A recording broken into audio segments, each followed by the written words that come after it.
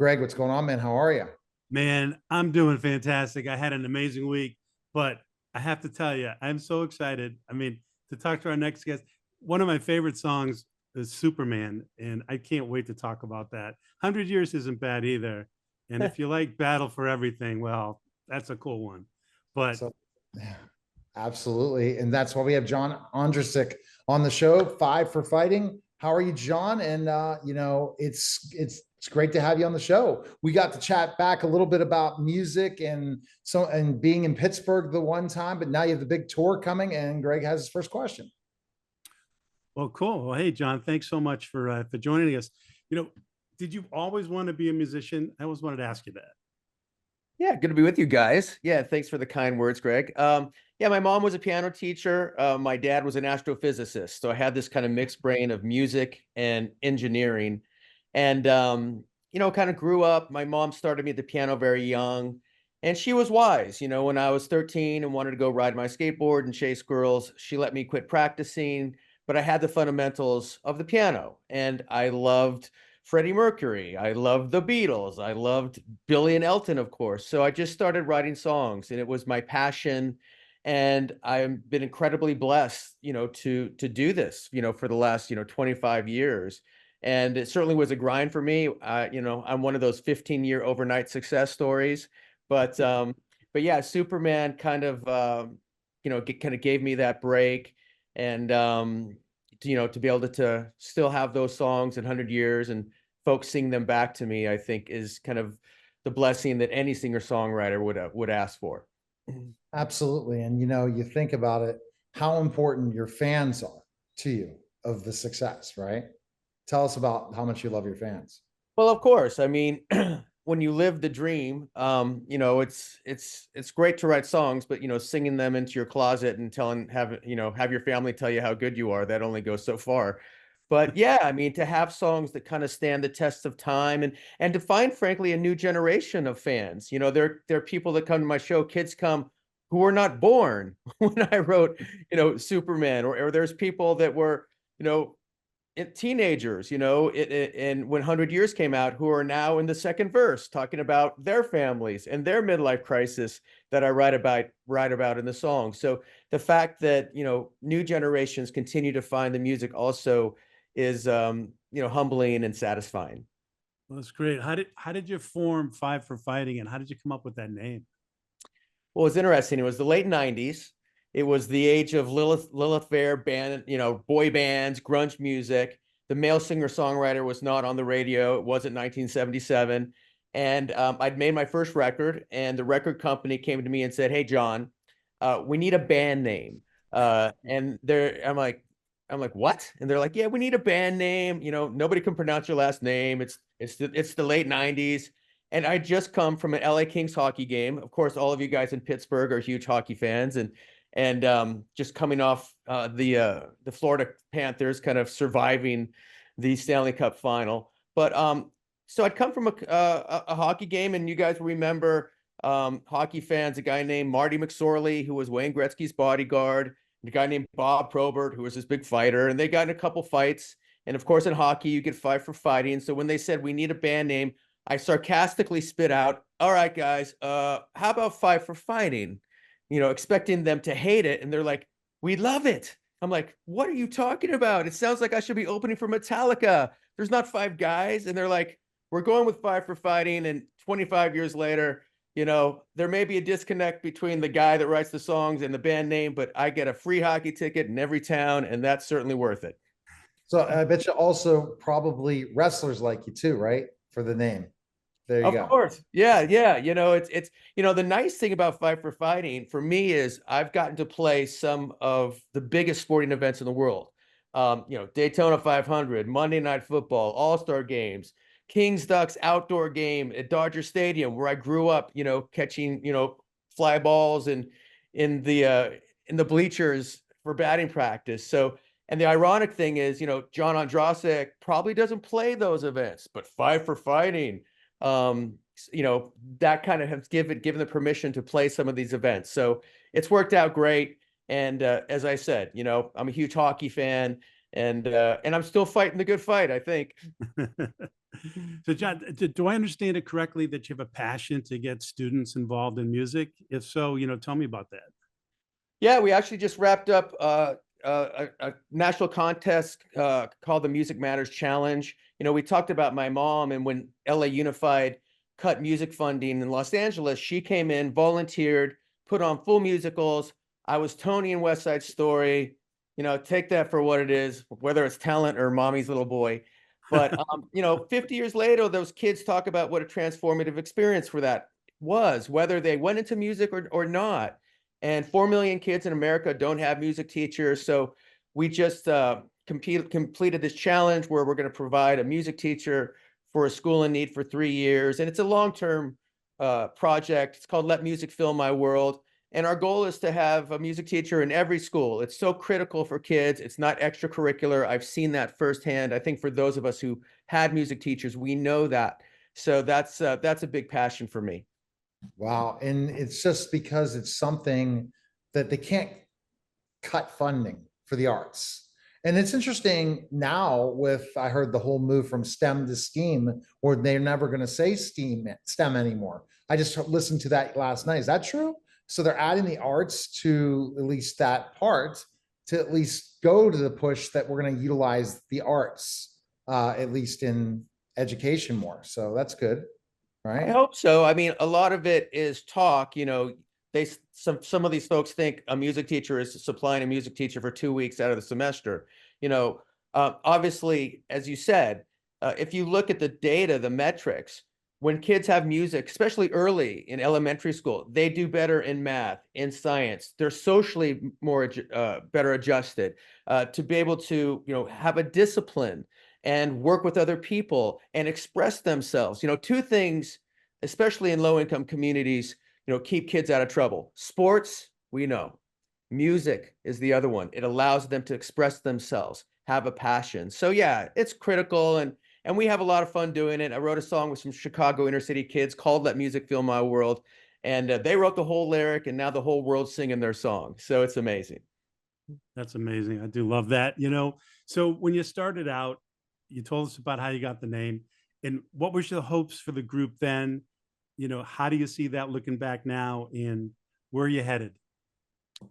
That's a good question. I mean, for any artist, when you're fortunate enough to have a hit song, you just want to make another record. I still call them records. Yeah. And for me, every album, you mentioned the Battle for Everything, was to get to another one. And I made, 6 albums with Columbia Records. I was very fortunate to have a lot of radio success in the 2000s. But I've also been, writing songs along the way that were not on the radio, songs for our troops, songs supporting America. The last few years, I've written 3 songs about Afghanistan, Ukraine, and Israel that have not had one spin on the radio, but have had millions and millions of impressions and probably changed the world maybe more than 100 years. I was in Hostage Square a couple months ago singing Superman and my new song, Okay, kind of about October 7th, to hostage families, the night Iran attacked. So when you have those kind of songs and experiences, you realize that it's not just about fame and fortune and spins and tickets. There are songs that matter in ways that I never expected they would. So that's certainly given me some energy to continue writing about the world around me. That's awesome because writing about the world around you and getting yourself to make sure that you in your music, you can tell a story. As a songwriter, musician, how important is that story in your songs? I guess from how Greg and I have remembered your major songs that you had the most success with, it was just basically writing that hit. What gives you that inspiration, and how important is telling a story and singing? It has to happen in songwriting. Well, yeah, every song is a story, every story is a song, if you can figure out how to write it down. Certainly, I came from the 70s singer-songwriters, right? To me, the golden age of songwriters, where there was a beginning, a middle, an end, a cat's in the cradle, right? You start somewhere, you end somewhere, you make a point. 100 years is a journey. So for me, all these songs are a sentiment or something that's inspired me, something that's made me angry, something that I see, something that I want to talk about. But it's been a little challenging the last few songs because certainly protest songs have a strong place in our history. You listen to the music of the 60s, you get a sense of the times in a way that no other medium can show you. At the same time, we also live in a culture where we have a lot of celebrities who like to lecture the world as our moral betters. So I try to walk that tightrope. You know, certainly, can Blood on My Hands about the withdrawal from Afghanistan, Can One Man Save the World about Ukraine, Okay about October 7th. They all have a moral message, but of course, in this age, everything's political. So you try to be honest, you try to be humble, but a part of a role of singer-songwriters is to write about the world around you. And then you can look back in history and you have different viewpoints through music that I think is really important. And frankly, it's frustrating that more people are not doing that, especially now after October 7th, when all of a sudden, all of these people who like to talk about October, about human rights, have suddenly become silent. Wow. Well, tell us about, your tours, recent tours, what's coming up for the summer, what's coming, what's presently going on and what's up in the fall. Yeah, I have this great kind of annual kind of touring schedule where in the spring I go out with the string quartet and we play very intimate, smaller venues.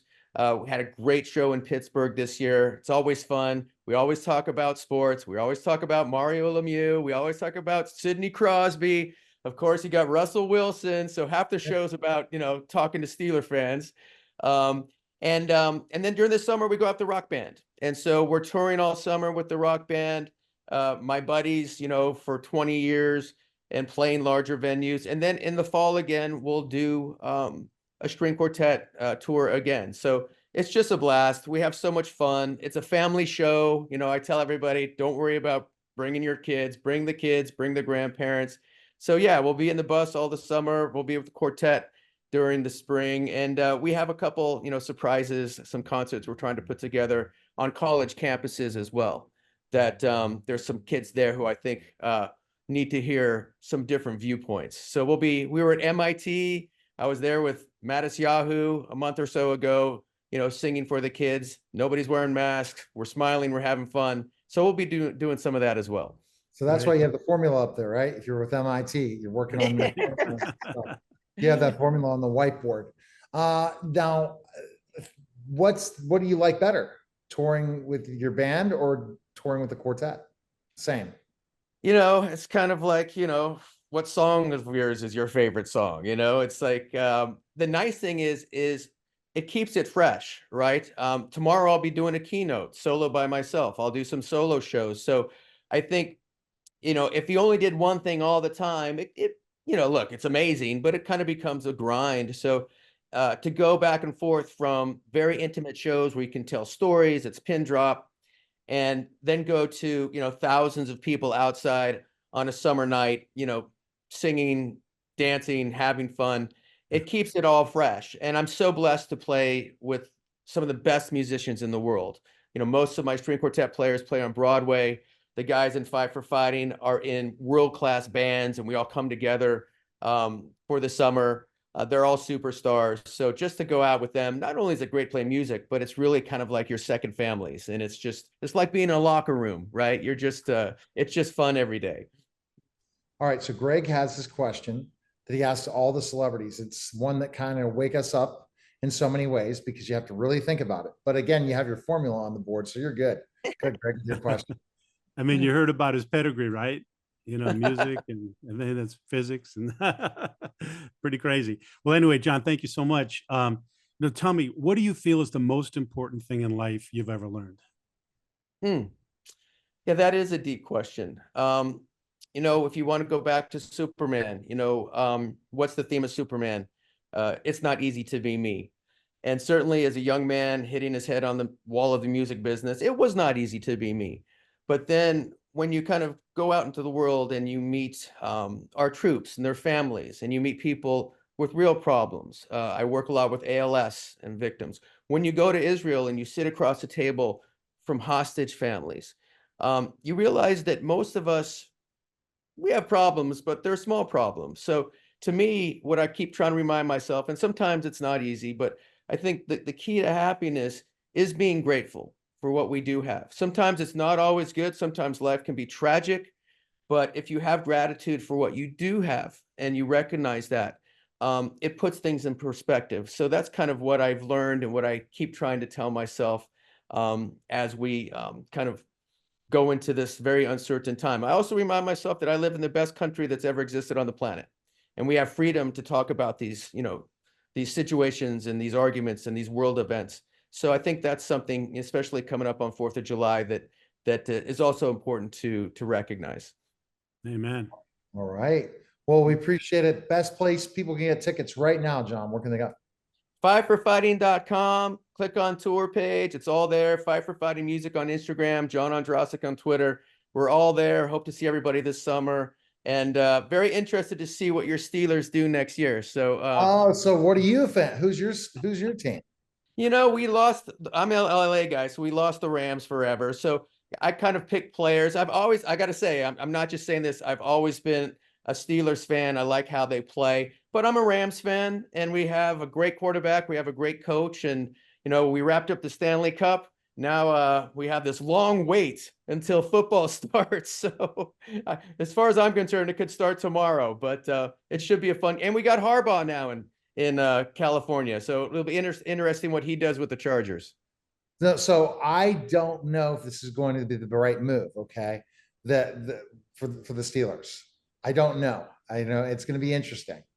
It's going to be interesting how that gels with changing in quarterback ranks, and how will Russell Wilson do? Is he still have something left in him? We'll find out. I think he does. I think he does. Look, last year he had a pretty decent year, and he doesn't have to carry that team. You got a great defense. You always make the playoffs. And I think if you just ask him to just, stay within his kind of game. Look, the Steelers always overachieve. And, I think it's gonna be a very exciting year for Pittsburgh fans. All right. We'll see, John. Appreciate All right, it. guys.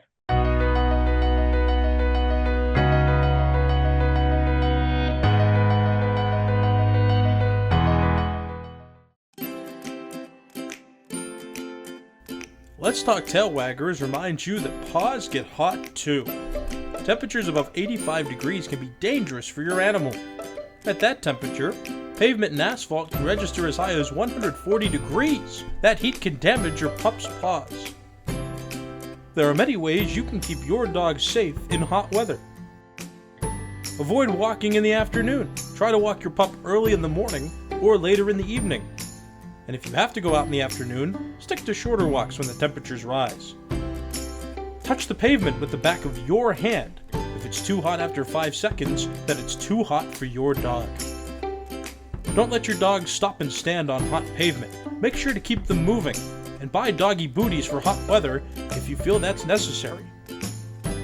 Bring a water bottle and a portable bowl with you. Give your dog water often. And if your dog has a longer coat, give them a shorter haircut for the hotter months. Listen to Aunt Susie and be a dog's best friend. A message from Let's Talk Tail Waggers.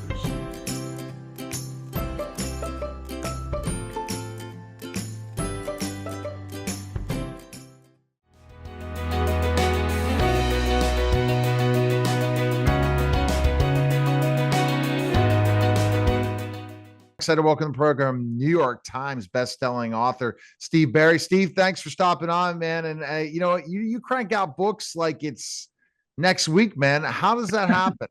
You know what I mean? It just seems like I just wake up one morning and there's a book waiting for me, a whole manuscript there. I guess little elves do it at night for me, or I don't really know. It takes a year to do it. It's a lot of work, and but if you plan and you're scheduled, you can get it done. It's been a year since the last time you've been on my show. You kidding me? I think I came in February with the Atlas maneuver, so it's been about 6 or 8 months. I'm doing 2 a year right now because I have the help with Grant on the second one. So, but you still 2 books a year? You got to. Like I said, I need help on the second one. That's where Grant comes in. I got it. Okay, so let's talk about Red Star Falling, and so that's where Grant comes in. But did Grant help you with the book last year too? Yeah, he did The Ninth Man, and then we're doing 3 Luke Daniels books together, and then I do the Cotton Malone stuff all by myself, so that's all mine. This is the second in the Luke Daniels series. It's a really good story that deals with something from Russia, something I've been wanting to explore for a long time. The Lost Library of Ivan the Terrible is one thing that's in there. Wow. And that's a legendary collection of manuscripts that disappeared in the 16th century. It's never been seen since. And then there's a persistent legend that the Soviets launched a nuclear weapon into orbit sometime in the late 1980s, early 1990s. You read about it where there's talk of it. Nobody knows if that's true or false. But it occurred to me, what happens if it was true? And there is a nuke up there floating around. What would you do with it? What could happen with it? So Luke Daniels, my character, gets caught up in an adventure that takes him all through Russia, where he has to find the lost library and he has to stop Red Star from falling. Wow. Okay. So that's quite an intriguing thing. You want to know my background? I have an undergrad in history, but part of my history was studying Russian history a lot. So I got the opportunity to really study Russia and Russian history. It's so intriguing, isn't it? Very much so. Particularly Ivan the Fourth, who's now known to us as Ivan the Terrible. He was the first man to ever call himself the Tsar of all Russia. And he was quite an individual, but he was a very learned man, and he collected these books, and these famed manuscripts have been gone for a long, long time. So I wondered what would happen if you found them, and what would happen if one of them becomes the key to everything. Wow. Okay. So let's jump into Russian history. What do you think happens with these empires? And, where they're especially when it's like a dictatorship, an oligarchy, where you run into specifically enough, how do these civilizations last? Well, in Russia, they can last a long, long time because of all the places on Earth. Totalitarianism works the easiest in Russia. The Russians have been dominated for 900 years. The Tatars first, the Mongols, then the Tsars came along, and then the communists came along. They've been dominated completely since about the 11th century. So they're very used to that. Democracy is a very strange foreign concept to a Russian. So if it's going to work anywhere, it'll work there. But as we've seen, these regimes last maybe 70, 80 years in modern time. It did anyway. The Tsars, a little bit longer. They went to about 500 years as they lasted. So, today that's a really tough form of government, but in Russia, it's a very familiar and easily adapted form of government. And how's it adapted? So, because I look at this and specifically enough and see, the United States, where we're a democracy, or certain other countries that are kind of similar to ours. But when you think about the people, what they have to deal with in their lives, living in a type of an environment like that. Well, the vast majority of them are perfectly satisfied with it. And, the younger people, maybe not so much. No, because they're more westernized. They've got the internet. They're a little more thinking outside of Russia. But the vast majority of the Russian population is perfectly happy with Vladimir Putin being in charge, as long as everything stays calm and everything stays just like it is, and there's no disruptions, and their lives can go on just like they are. Putin kind of, in so many ways, Steve, kind of, in my opinion, he basically kind of went from, just, hey, this is more of a democracy in Russia, to changing so quickly to where he is today, and surprised the world in so many aspects, right? I think he had it in his mind all along just to seize power and to keep power as long as he could, because he recognized what we just said, that Russians like that. Russians admire that. They respect that. We have a Putin-like character in the novel, in Konstantin Franco, and we have a little bit of Putin into Franco.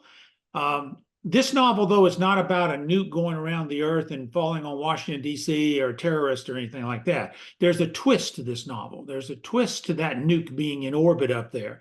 And it's a surprise to the reader. And it should come as a shock when the reader gets there. The reason why it'll come as a shock is we didn't foreshadow it. We didn't hint to it. We didn't even think of it till we got there. So, it was a surprise to us to come up with it. So there is a twist to this novel that should catch the reader off guard. Are you surprised there's still a war with the Ukraine this many years Well, later? I mean, well, I shouldn't say I'm surprised that it's gone on this long because I think they're a paper tiger to start with. I think, yes, they have nukes and yes, they're very threatening. There's no question. But as far as being able to wage an effective ground war, they're not in our league. No. So it's so surprised. So when do you think this war will end? That's a Get good the- question. I mean, it could go on indefinitely because neither side's going to quit. Neither If side. you had a change of administration in the United States, do you think they would look to end the war? I think it would be I would hope not. I would hope they would not take, and do such a thing because that would mean the end of Ukraine and the end of the people there. They would be completely overrun immediately. So that would be unfortunate to see. Wow, because that's the big thing is they're fighting for it and what they're going through. And I think that people need to read these books to understand that what we have as a country, right, Steve, compared to other places. Oh yeah, And- it's the greatest country in the world as far as I'm concerned. This book will give you though a pretty good feel of Russia because we go all over Russia and we go to places in Russia that I'm sure the readers never heard of before because there's a couple of them I had never heard of before. Really? And, yeah, Russia's a very diverse place and we found some very interesting locales to set this novel in. How much bigger is Russia than the United States? Twice. Size-wise. Twice. So Twice. if Russia's twice the size of the United States, why the heck haven't they just crushed the Ukraine, which is so small? Because they have, of course, population wise now, they don't, the population isn't twice the United States. They can't, they don't have the capability to do it. Now, I guess they could if they went in there with an all out attack and obliterated the country, but I don't think they can, I don't think they want to do that. I don't think anybody wants to do that, but I just don't think they've got the capability to go in there and win this thing the way we would have probably handled it and got it done. So, Steve, would you go to Russia right now if you're invited? Probably not. No, that's not a place to go. They're looking for hostages right now, so I don't. I don't think that's a good. I don't want to be a hostage. Maybe you're going to send a book to Putin. That's the thing, right? Send one. They are very much. They are very much looking. They keep a stable of hostages all the time, so they can trade. Oh my goodness! So that's why they take these. The basketball player, they took her. Yeah, she's high profile. She's high profile. We've got her, and they kept her until they could make a deal for something they wanted. That's why they do it. So do you? I don't think anyone in the United States goes to Russia. But go figure. It's illegal, I think, right now. I wouldn't have thought this, right? You wouldn't have thought this. It just all happened overnight, and what you do. And so you're saying a new administration. Don't go in and try to end the war. So there you go. I mean, it would be unfortunate after they come this far just to walk away and let that country be overrun. That would be a very, very bad mistake, particularly for the wrong reasons, for the reason saying, well, because the Democrats or Biden supported the war, we're not going to support the war, or you won't give us this, so we're not going to give you that. That's a terrible reason for millions of people to be put into grave jeopardy. So hopefully we won't get there. So think about, Grant and how you've been writing with him. Tell us that process. You talked a little bit about it last year when we were talking about. Yeah, I come up with the idea for the novel and I give Grant the idea, the basic idea. I came up with the library and the Red Star, in orbit, Russia, all these. I come up with the elements and I give it to him, and then he throws in some stuff, and together we formulate a plot.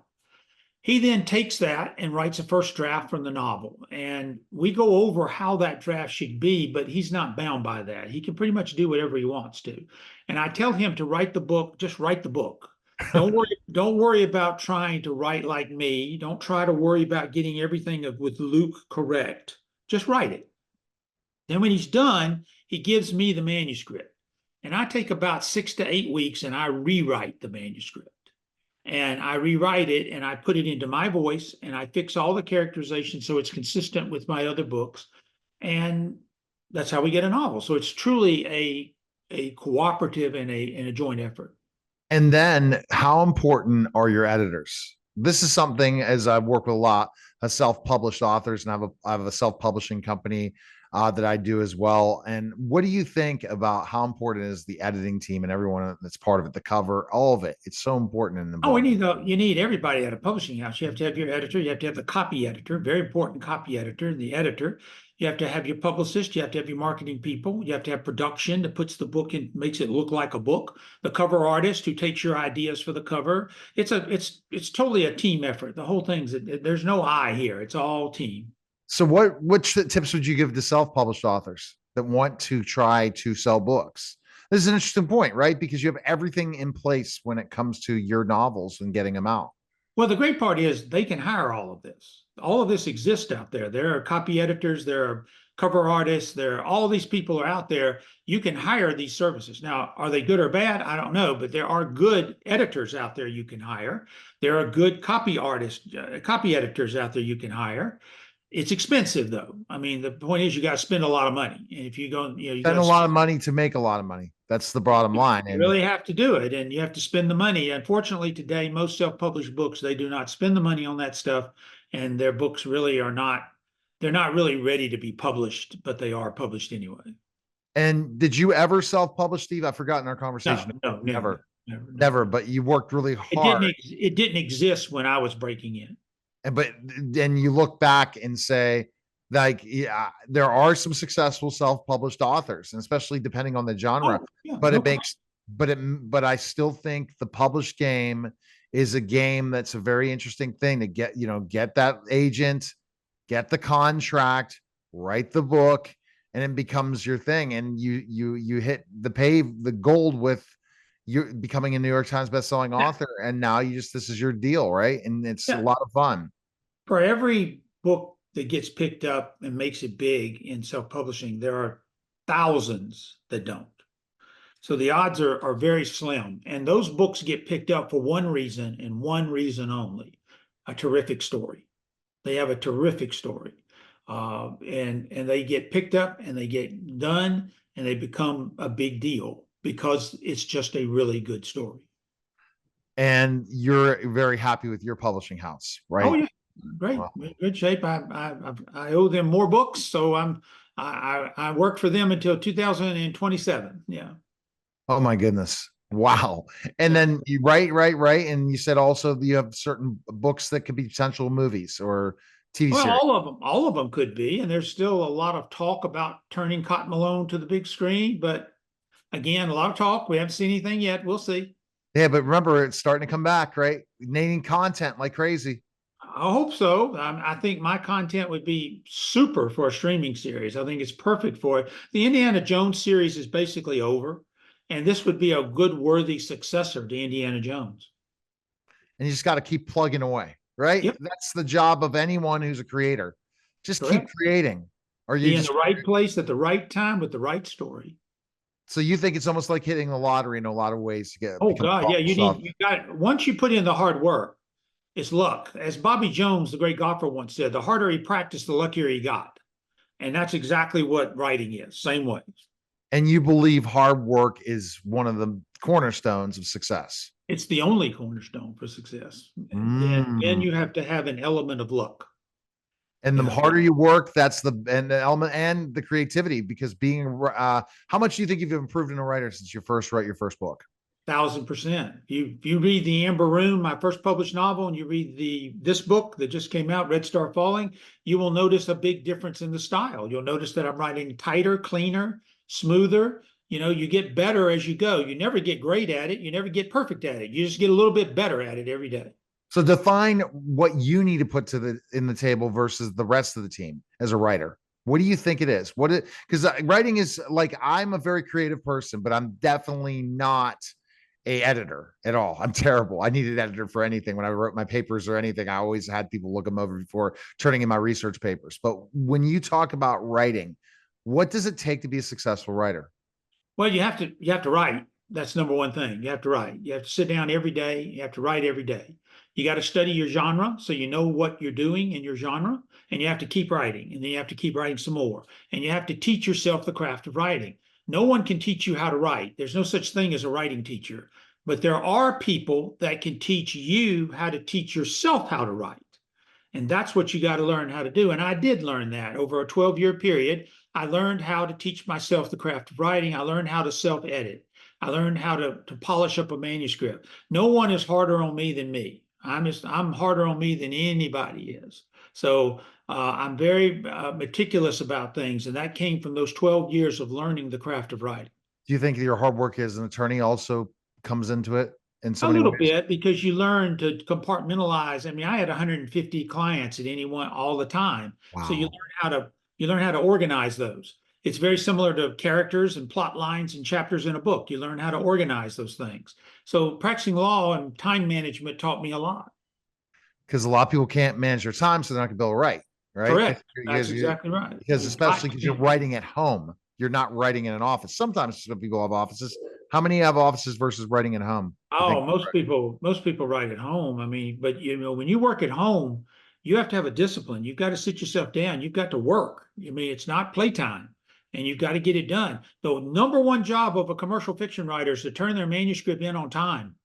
That is the number one job. I have never come within 90 days of a deadline. I've never even got it within 90 days of one. So I'd always turn my manuscript in early, always. And your fans are the most important thing, building those fans, right? Absolutely. You've got to have a fan base today. You've got to have a good, loyal fan base. And I have a great one, and they buy the books and they look forward to the next one. And that's great. Your creativity is amazing. Definitely best place people can find information. The book is now available on Amazon and all fine art bookstores. It started June 11th. It dropped, and June 11th, that's right. best place people can go. Where do you Oh, want? you can go to my website, steveberry.org. Everything's there. The book is now out in stores in all formats. So check out Red Star Fallen.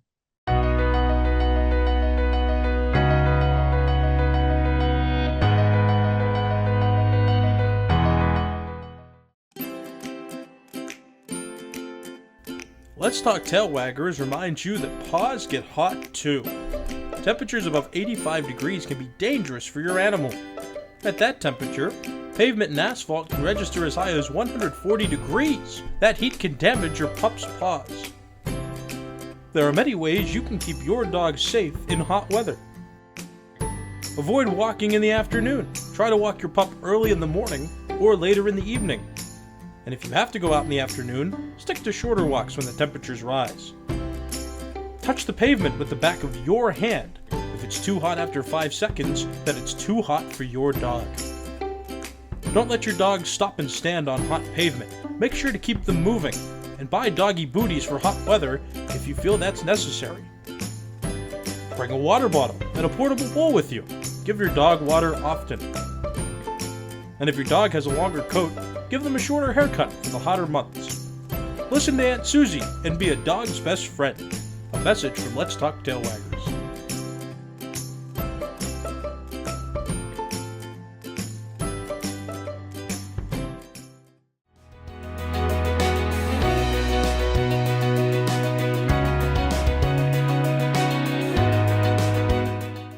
We're back to the Neil Haley Show, and I'm excited to welcome my co-host, Coach Bailey. Coach, how are you? And I know you have a really exciting guest for us today. Fantastic, Mr. Haley. Thanks for having us. And yes, we've got one of the most successful entrepreneurs that I've known for about 30 years now. This gentleman is just amazing.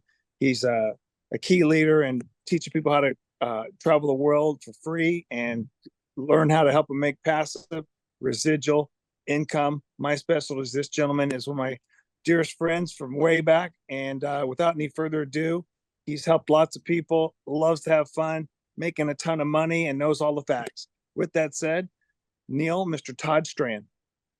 Hey, Todd, how are you? I appreciate you coming on. And you want to always tell people when they figured out a way to live the lifestyle they dreamed of. It's through entrepreneurship, isn't it, Todd? Always, always. You know, the old adage, a job means just over broke. Wherever you happen to work, they pay you enough to have an existence to survive. But whenever you take a regular job, your employer's basically saying your dreams will never come true here. And if you study wealth, it doesn't matter what part of the world, it's always through entrepreneurship that people have their dreams come true. And it's even the ones that are successful that had a job, or that decided I'm got to become my own boss, made certain amount of money and reinvested that are the ones aren't broke, especially at retirement. And who wants to retire when you're an entrepreneur? So let's kind of talk about specifically enough your entrepreneur journey, Todd, really quickly.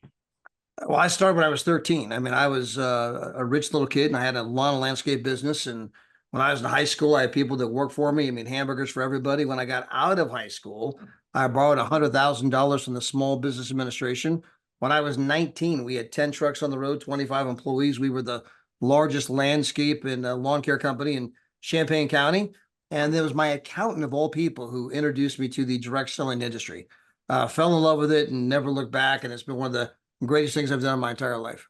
And I think you learn from regular entrepreneurship of having your own business, how important it's to manage people, but you really couldn't help your employees' dreams. When you're in direct selling, you can help your employees' dreams. Kind of explain that. You have a lot more of control with your team than you would with an employee, because the employee mindset is, hey, I clock out at 5 o'clock, I'm out, or I work a certain amount of hours, but you can really bring people that are on your team to make their dreams come true in direct selling. Yeah, even the principles that govern the direct selling industry. If I'm in a traditional company, let's say we're in a sales organization, and Steve is someone that I'm supervising. Well, although I want Steve to do well, I don't want to teach Steve everything I know, because I'm always afraid he's going to come take my job. So I'm always trying to keep Steve down there so I can stay up here. Where in direct selling, it's exactly the inverse. I want to help Steve know everything I know, because the greatest thing that can happen to me is if Steve were to go out and surpass my income. Why? Because I get a piece of it. The more he makes, the more I make. I'm in favor of making more off of Steve. Therefore, I want to teach Steve everything I know. And you just don't get that in the traditional employee-employer set. Mentorship so huge. The team you join in direct selling will make or break you. You go to the wrong team, you're not going to have success, because leadership is such an important thing. And when you build a huge organization, you have to teach leadership, right, Todd? Yeah, everything rises and falls on leadership, right? If you got the right mentor, if you got the right situation, people can teach anyone. I don't care what walk of life you're from. It doesn't matter whether you're from Yale or jail. In our industry, if you have the right coach and you have the right situation, there's no reason you can't go out and make your dreams come true. This is a place where average people with above average ambition are making incredible things happen every single year. Absolutely. And now we're going to jump right into this. The travel industry. You're helping people, as Coach Bailey said, travel for free. What? And earn money at the same time? Tell us how you got introduced to Trevorium and then I have many questions because I've watched the video. It seems perfect for somebody who's an entrepreneur, because the best way to be successful as an entrepreneur is going out and meeting people, not staying on the Zoom call, but traveling, being in these places, meeting cool people. That's the only way of growth in any industry, is going out and doing it. And also traveling for R&R, rest and relaxation, to recharge your batteries, or even branding purposes. But to make money while doing it, it's usually an expense that's, oh man, you're like, oh, I don't feel great about this. I enjoyed this, but now I got to get back to work. It's the opposite of this. Yeah, and for my wife and I, our journey with this company began because we had a daughter that played college softball. And so we were traveling the entire country to catch her collegiate games. We were living in hotels, living in rental cars. As you can imagine, that's getting expensive. So we were receptive to the idea of saving money on travel. Well, I've known the owner of this company since 1998. I live in the same town as the owner, as the corporate offices. Everybody in my community knows who he is. He was a finalist for Entrepreneur of the Year, very successful. So he's like, Todd, you got to try my travel product. You can book travel without all of the artificial markup from Expedia, Priceline, Trivago, Booking.com, all those other guys. And you may not know this yet, but there's huge markup in travel. So when you get rid of that markup, you can book stuff for 40, 50, 60, 70% less. So we tried it. And sure enough, we were saving a fortune. Well, as some of the other sports parents saw the rates we were paying versus the rates they were paying, they're like, wait a minute, how'd you get that rate? It's this travel thing we joined. What travel thing and how did we join? We didn't have to sell anybody. They were asking us for a link. And so we shared that information with them. They began to save money. They shared it with their friends and family. And the number one thing shared on social media is travel. So people keep going online. Oh my gosh, not only am I in Rome, not only am I in this incredible place, you're not going to believe what I paid. Well, when people are bragging about the savings, wait a minute, how'd you get that rate? It's this travel thing I joined. Well, what began as a way to save money on travel then spread to 66 different countries. And guys, I promise you it wasn't us. I barely speak one language, English. I only knew one person outside of these United States. That was a lady in Toronto, Canada, practically the United States, but it's spread all over the world. And what began as a way to save money turned into a 7-figure business.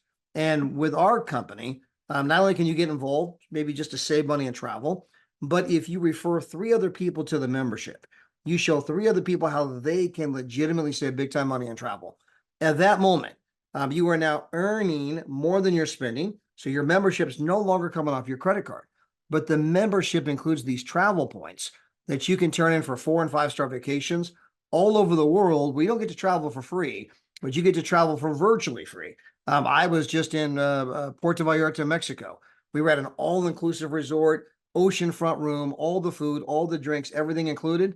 For my wife and I, total cost, $129 total price.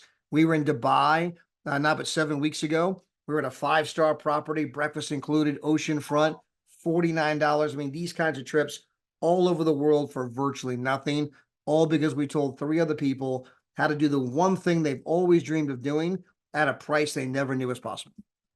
And so this is the thing that's amazing. You can either go on these dream vacations. What my ears perk up is for these parents that have the travel teams. And they're even, let's say it's 3 hours down the road and they're paying this much for hotels because and I know they raise the price based on the like 4th of July weekend, let's say you're traveling and it was a very busy weekend. They raise the rates of rooms that are worthless. They're not even worth that. So you can go ahead, book the right room, right hotel, and save so much on travel. I see that as such a value right there. And then when you talked about that type of community where parents can really save money when they're doing all the travel stuff, where they're traveling all over the country, and hotels, they know when they come in and they really, it's expensive, right? Yeah, and well, travel is the single largest industry in the world for a reason. It's the one thing everybody wants to do. In fact, currently travel is twice the size as the oil industry at 10 trillion. And according to Bloomberg Finance, it will grow by 50% in the next 9 years to 15.5 trillion, 3 times the size as the oil industry. Well, part of the reason that matters is that any business analyst or expert will tell you your chances of success in any endeavor are in direct proportion to the size of the industry. The bigger the industry, the greater chance for success. The smaller, the more niche the industry, and the harder it is to make money. Well, you can't do any better than the one thing everybody wants to do, especially when you're showing people how to do it and you can document it. You can prove it. It's not just, I think. Yeah. You can go on there and pull up Expedia, pull up our site, like, holy moly, So give sign me up. Give me an example, and definitely have to watch the video, but give me an example of how much savings for a hotel you can. I was just in Las Vegas, Nevada. I was right on the strip. I saved over $200 a night. Wow. Yeah. And that would usually go for, It normally goes for about 400. And I was there for 200 a night. I saved 200 a night. I was there for 50% off. yeah, you're not going to find those rates, ladies and gentlemen, unless you're going in the worst time ever and all these different things. And that's so key. I think the other thing that's really interesting, the video touched upon that really was impressed about, and that is if you can save money on your tax, you can save money on your taxes. So explain that, how you're really teaching that as part of becoming a club member. Well, when you have a home-based business, okay, and obviously if you get a travel home-based business, that's like the ultimate business because you can do it anywhere in the world. But any tax professional, and I would encourage your entire audience, Google this, buy best-selling books on this, go see a local tax professional. But if you sit down with a local tax professional, you're going to find out that if you have a business you're running with an intention for a profit, you can write off your house, spouse, kids, meals, travel, entertainment. Let me say it one more time: travel, cell phones, miles on your automobile. and your own tax professional will look at you and say, look, the average person can save $400 to $500 a month in taxes. That's $5,000 to $6,000 per year, money back in your pocket because you have home-based business. Your own tax professional is going to look at you and say, whose side are you on? And so again, this is something you can validate right with whoever your tax pro happens to be. And that's great. Let's talk about the comp plan. That's the other big thing, especially if you've been in the direct selling industry.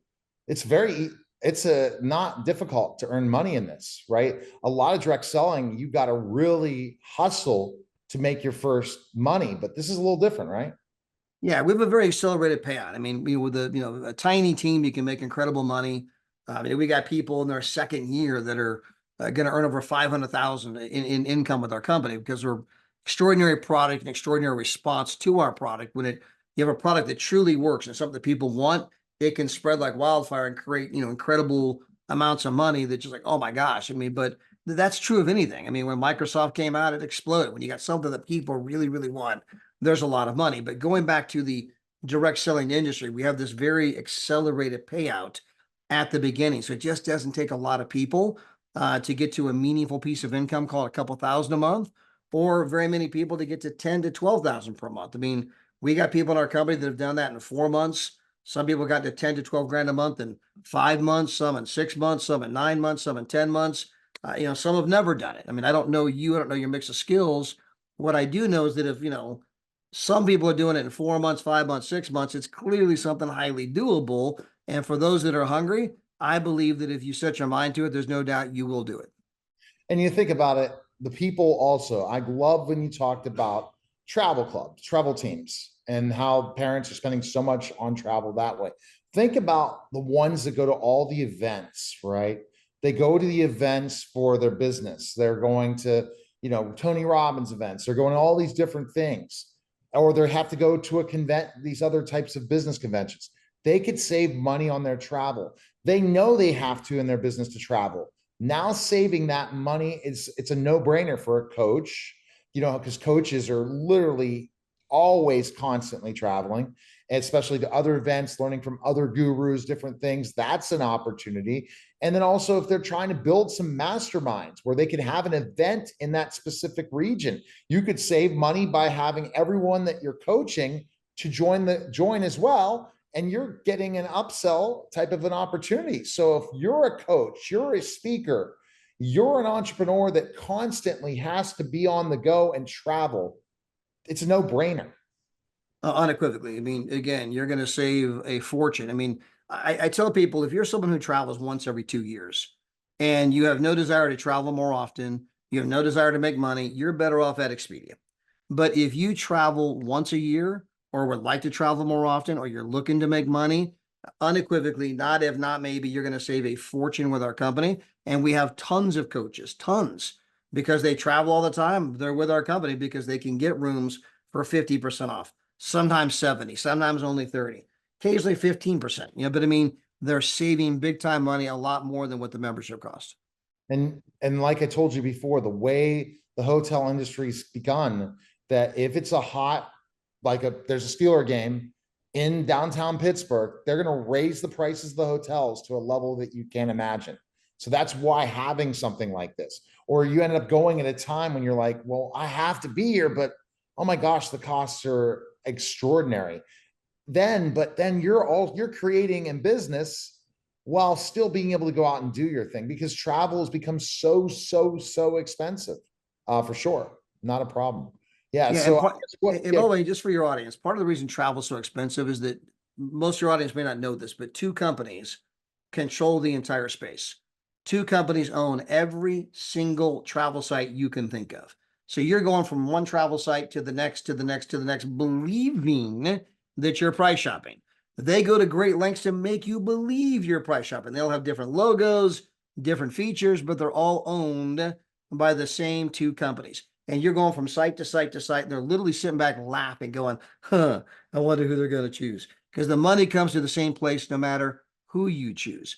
And because of that, they're able to, with this monopoly, control the price. And again, we're bringing a new model to the travel industry. It got rid of all of the markup, and it can save anyone that's on here a ton of money in travel, or anyone that's on here that wants to make money, it's an easy way to go share that information with other people. And whether it's just you want to make a little extra money or you want to make a lot of extra money, it's a place where your dreams can come true. Thinking last thing, think about the dream vacations also that are offered at Trevorium.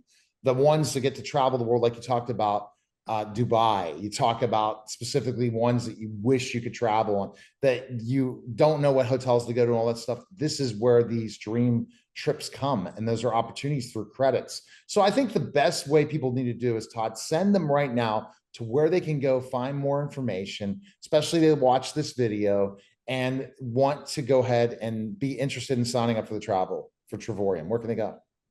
Well, I would actually encourage them to get a hold of you or get a hold of Coach Bailey here as far as, learning more information.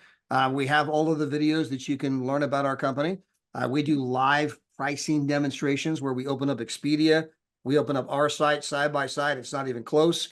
You can get that NBC News video clip I mentioned where it talks about how two companies control the entire space. So again, NBC News investigative reports. We have a video where it's not me telling you that. It's NBC News investigative reports saying you think you're price shopping, but you're not. And the more you learn about the travel business, the more you learn about what we're doing. We're bringing the Netflix model to the travel industry. Netflix doesn't make money from selling movies. They make money from selling a membership that lets you watch an unlimited number of movies. We don't make money selling travel. We make money selling a membership that lets you book travel with no markup, meaning I can book travel for 40, 50, 60, 70% off. I can save a fortune.